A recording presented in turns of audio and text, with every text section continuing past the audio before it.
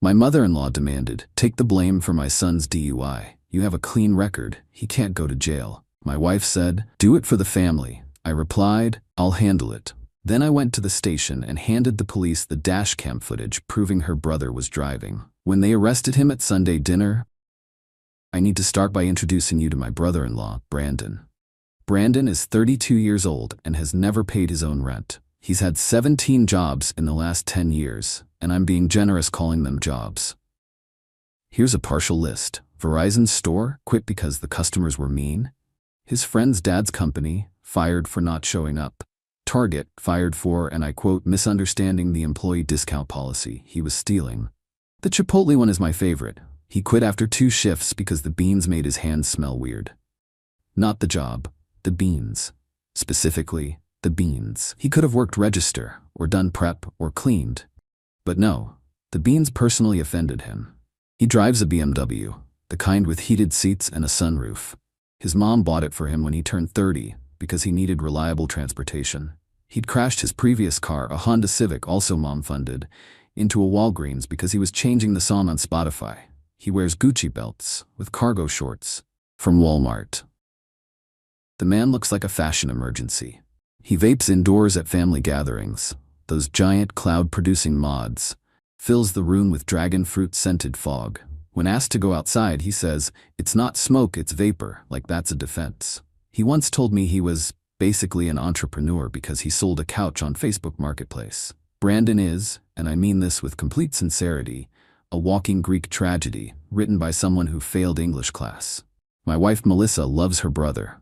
Worships him, really. He's just going through a tough time, she'd say. Every time Brandon got fired, dumped, evicted, banned from a Buffalo Wild Wings for reasons he swore were totally unfair. The Buffalo Wild Wings thing? He got drunk and tried to fight the bartender over whether ranch or blue cheese was better for wings. He's a ranch guy. Passionately, violently as it turned out. I tolerated Brandon the way you tolerate a mosquito at a barbecue. Annoying, but not worth ruining everyone's day over. Until the DUI. Saturday, 2 a.m., my phone rings. Melissa's mom, Carol. Brandon's in trouble. The police have him. I looked at the clock, looked at Melissa, who was already sitting up, phone pressed to her ear on her side of the bed. "What happened?" I asked. "DUI investigation. He crashed your car into a mailbox on Riverside Drive. Police showed up. He blew a .15 on the breathalyzer." For context, legal limit is 0.08. Brandon was nearly twice that. "Is he hurt?" Melissa asked. "He's fine. Just shaken up.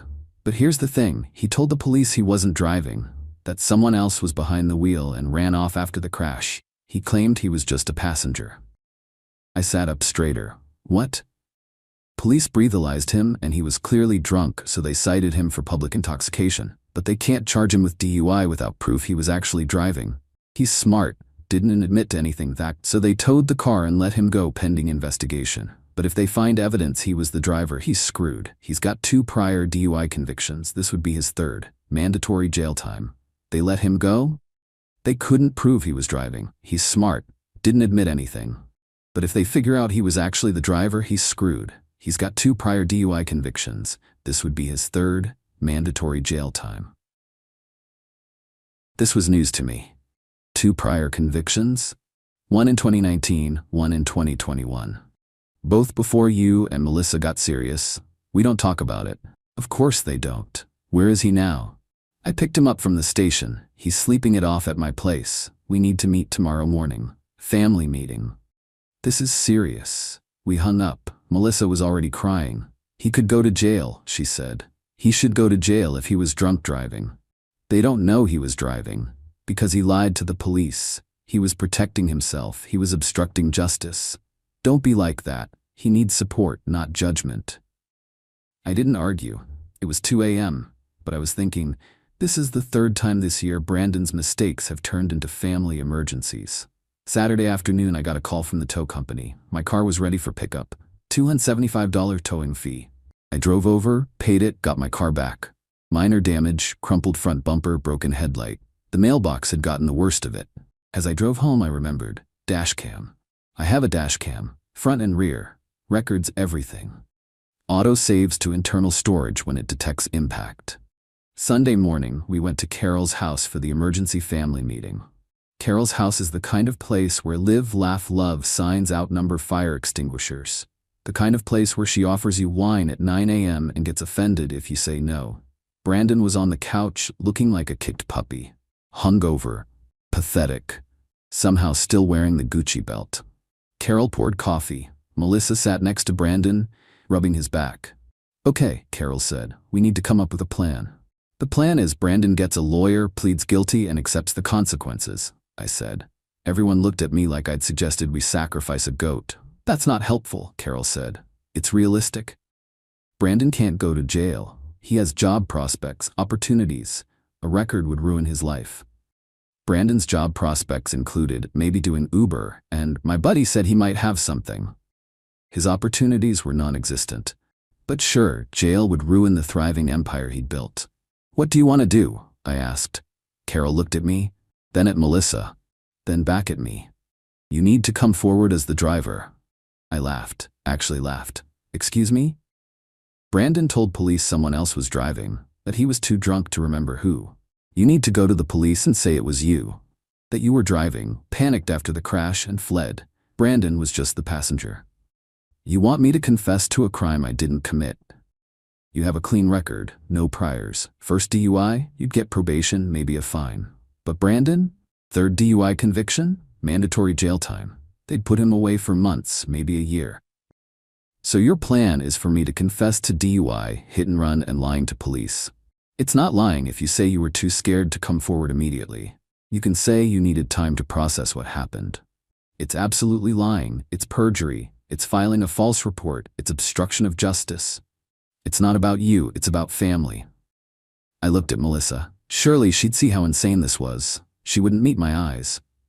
"Babe," she said quietly, "maybe we should think about it." "Think about it? Think about me lying to the police, committing perjury, and taking a criminal charge for your brother? It's not that serious. It's a felony to lie to investigators. I could lose my job, my security clearance, everything. But you wouldn't go to jail. Brandon would." I stared at her, my wife, the woman I'd married 3 years ago, who was seriously suggesting I destroy my career to save her unemployed, drunk driving, cargo shorts wearing disaster of a brother. I said, "Please." Brandon spoke up. "Man to man, I'm begging you. I can't go to jail. I wouldn't survive. You should have thought about that before you drove drunk. It was a mistake." "You made that mistake twice before." Carol stood up. "This family helps each other. If you're not willing to do this, then I don't know what you're doing in this family. Are you seriously threatening me right now? I'm asking you to step up. Be a man. Protect your family. By committing a crime. By being selfless for once." I looked around the room. Melissa, teary-eyed, pleading silently. Brandon, desperate and pathetic. Carol, self-righteous and demanding. And I realized they actually thought this was reasonable. They actually believed I should do this. "I'll handle it," I said. Relief washed over their faces. "Thank you," Carol said. "Thank you so much." "I need to make some calls," I said. "Figure out the legal side." "Of course. Do what you need to do." I left, and I went straight to the police station. Here's something I hadn't mentioned to my wife's family. I have a dash cam. Front and rear. Records everything. Saves footage automatically when it detects an impact or sudden braking.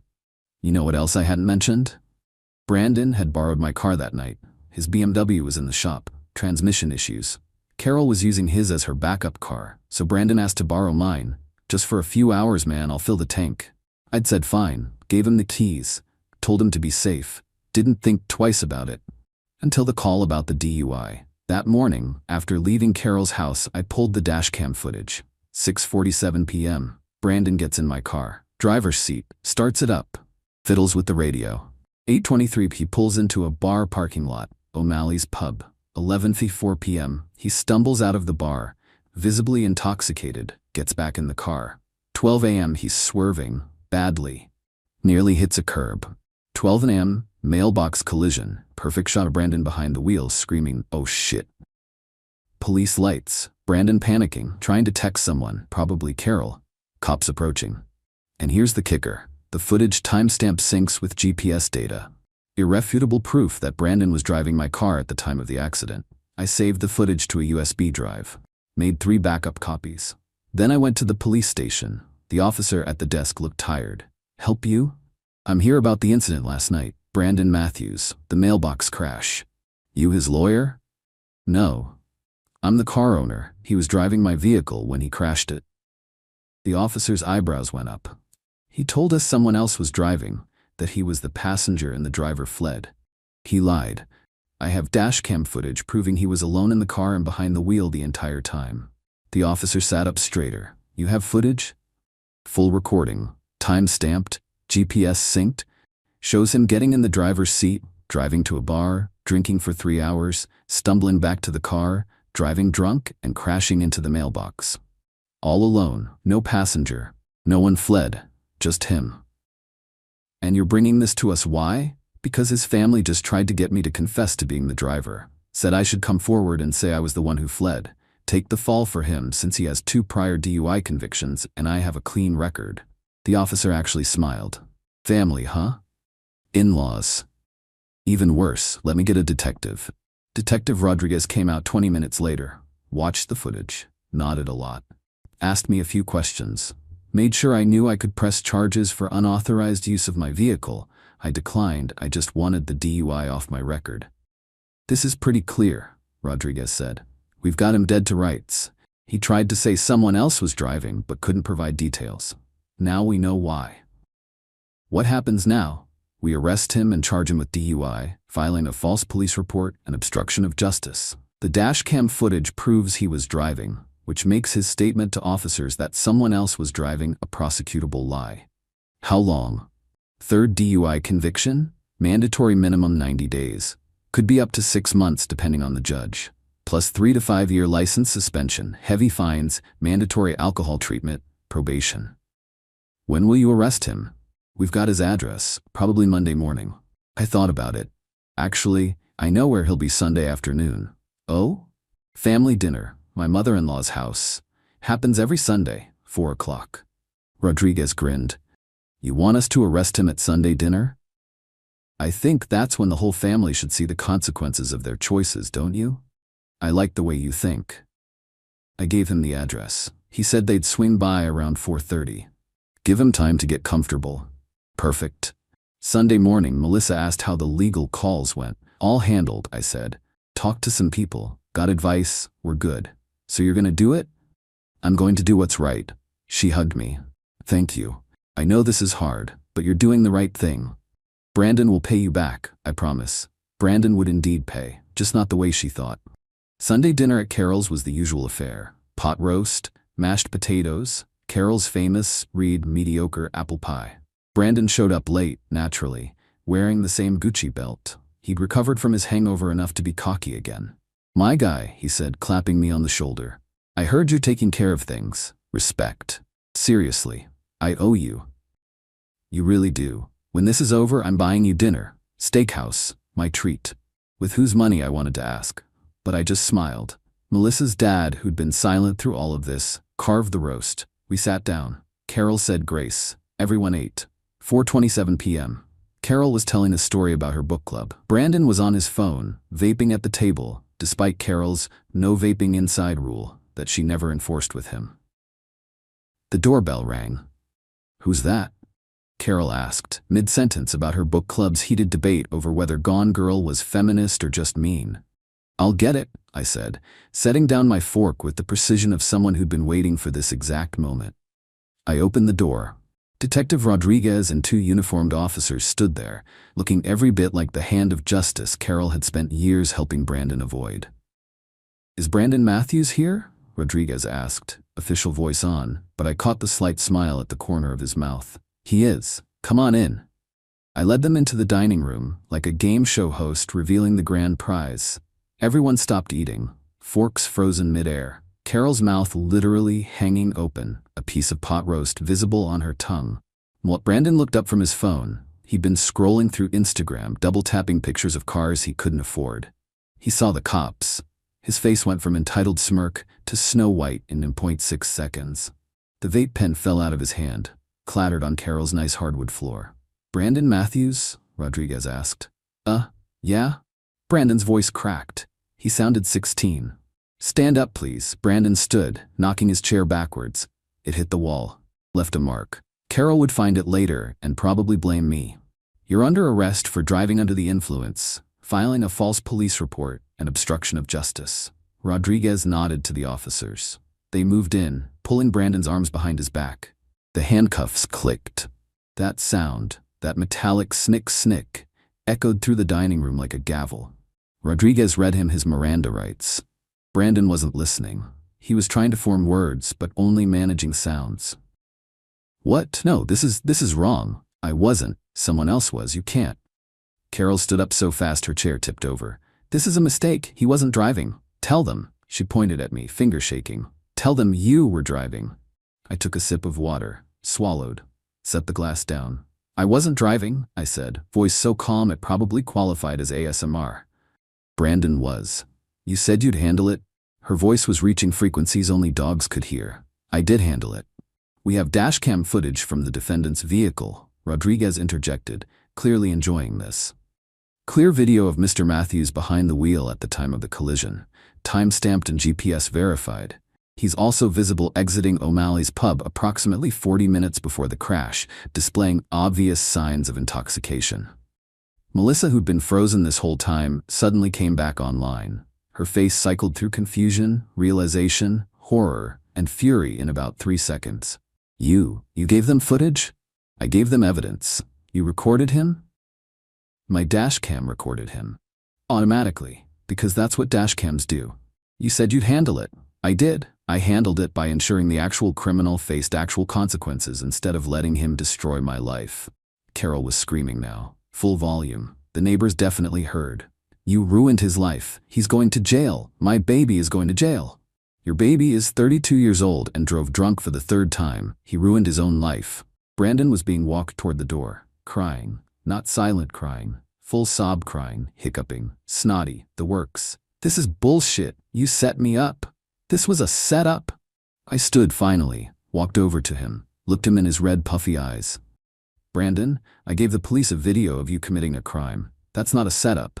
That's called evidence. Look it up. Oh wait, you probably can't because you'll be in jail. One of the officers snorted, tried to cover it as a cough. They took him out. Through Carol's tastefully decorated foyer, past her live laugh love sign, the irony was not lost on me, out the front door. I watched through the window as they put him in the back of the police car. He was still crying. Probably realized the BMW wouldn't be available for a while. The car drove away, lights flashing but no siren. Classy arrest. Rodriguez knew his audience. I turned back to the dining room. The dining room was silent except for Carol's sobbing. She'd collapsed into her chair, head in her hands, shaking. Melissa's aunt, who I'd forgotten was even there, whispered to her husband, "Should we go?" Melissa's dad, who'd been silent through the entire meal, through the arrest, through everything, set down his napkin, folded it neatly, placed it next to his plate. "Carol," he said quietly, "he drove drunk, with someone else's car? This was going to happen eventually." Carol looked up, mascara running. "You don't understand. They'll destroy him. He won't survive jail." "Maybe he needs to be destroyed a little," her husband said. "Maybe that's what he needs to actually change." Carol looked at her husband like he'd grown a second head, sprouted horns, and started speaking Portuguese. Melissa grabbed my arm, her nails dug in. "We need to leave, now." "Sure, let me just grab my coat." "Now." I grabbed my coat, waved to Melissa's dad. "Thanks for the pot roast." He nodded, actually smiled a tiny bit. "Anytime." We went home. She didn't speak to me the whole drive. At the apartment, she exploded. "How could you do that? How could I turn in a drunk driver who tried to frame me? He's family. He's a criminal. You humiliated him. He humiliated himself. My mother will never forgive you. I don't care. I don't know if I can forgive you."